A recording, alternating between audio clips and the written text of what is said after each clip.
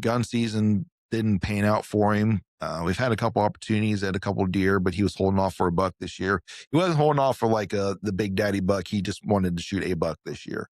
And, the opportunities that we got at bucks for him, we couldn't get a good range on. And I don't know what the problem was, because it was well within the range of that rangefinder, because I was using, a Vortex like Ranger 1300. So well within range. Just for some reason, it was not picking them up, and I could not get a good range on them. And shooting a straight wall cartridge, I know I know what he's capable of, and he can hit steel out to 300 yards. Now, hitting steel and hunting's two different things. Don't get me wrong on that, because he still needs the terminal ballistics to be effective at that range, which at 300 yards is probably stretching it for that particular cartridge that we have. 200, 250, I know he can do it, right? I know he can do it. The problem was I couldn't get a good range on the animal, so he knew what his actual holdover was. And it was a learning lesson for him that it's better to not take a shot than to risk a poor shot. So despite, I think he's a little upset with me for a minute. He's like, because he wanted to do it, and he knew, he's like, I can do it. I'm like, buddy, listen, we don't have a good range on these deer, and you're getting to the point, like, it's not like it's within 100 yards where you put the dot on the deer and you pull the trigger, you're going to hit it. Doesn't matter what happens, right?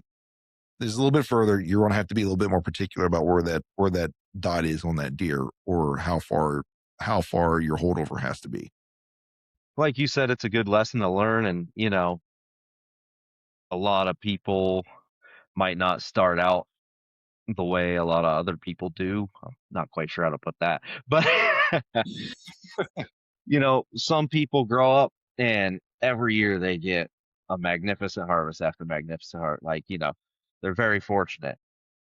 I've always been one of those people. Not every year ends in a successful harvest. Now, now every hunt is successful, because you learn and you grow, but you just don't harvest every year sometimes, and that's part of the game.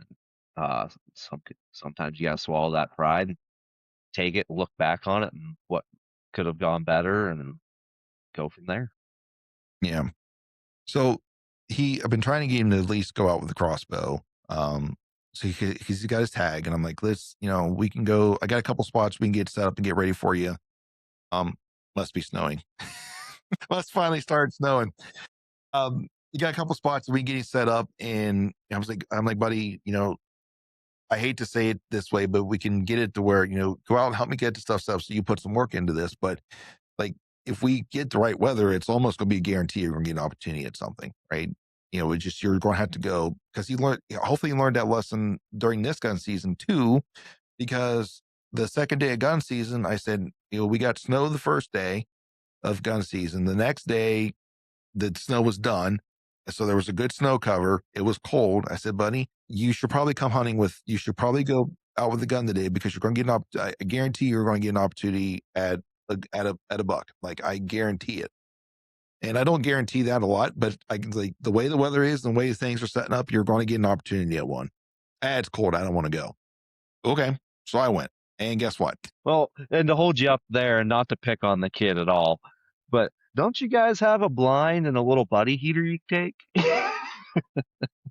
Not where we were going. That was not the Okay. case. Oh, Yes, okay. yes, I do have some spots where we have that up. And yes, I'm like, buddy, some of the spots we're going to go to now, like, I can bring a heater. It will be perfectly warm in there. Trust me.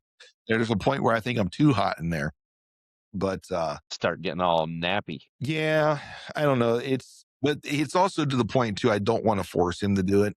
There might, giving certain circumstances, there might be a point where I might push a little bit harder than not. But right now, I'm like, okay, if you don't want to go, I'm not going to force you to go, because I don't want to drive him out of it. I want it to be his decision to go and stuff. So go do it.